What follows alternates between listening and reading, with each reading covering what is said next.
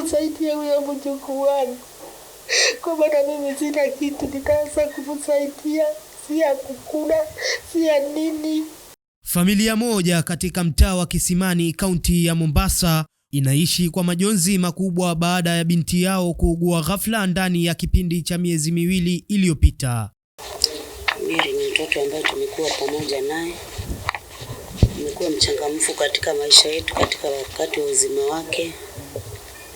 Amekuwa akitu challenge sana katika maisha. Na amekuwa mcheshi. Lakini kwa sasa imekuwa kwa familia nzima kwa sababu ya ugonjwa. Familia nzima imekuwa kama pia imegonjeka. Mary Wahu, msichana wa umri wa miaka 14, alianza kupata maumivu baada ya ajali ndogo ya goti, lakini maumivu hayo yalimzidi na kumlazimu kutibiwa katika vituo kadhaa vya afya hadi kugunduliwa kuwa na saratani ya mifupa, jambo lililopelekea kufanyiwa upasuaji nchini kabla ya kuhamishwa nchini India kwa matibabu zaidi.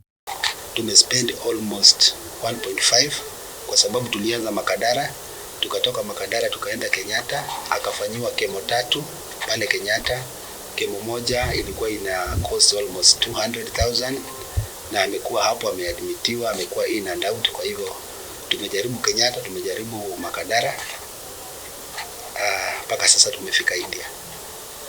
Hata hivyo, familia imejikuta njia panda baada ya hospitali nchini India kukataa mpango wa SHA, hali iliyowalazimu kutegemea wahisani kukusanya shilingi milioni 6 za gharama za matibabu, wakisalia na matumaini ya kumwokoa mtoto wao na kurejea naye nyumbani akiwa mzima.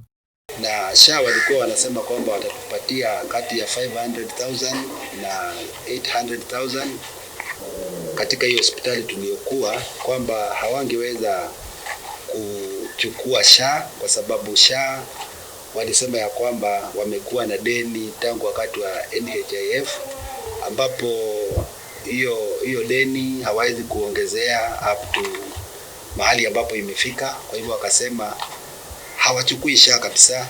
Kwa sasa familia hiyo inawaomba Wakenya na wahisani kujitokeza na kuwasaidia kuchangisha fedha hizo ili kuwasaidia kwa matibabu ya binti yao.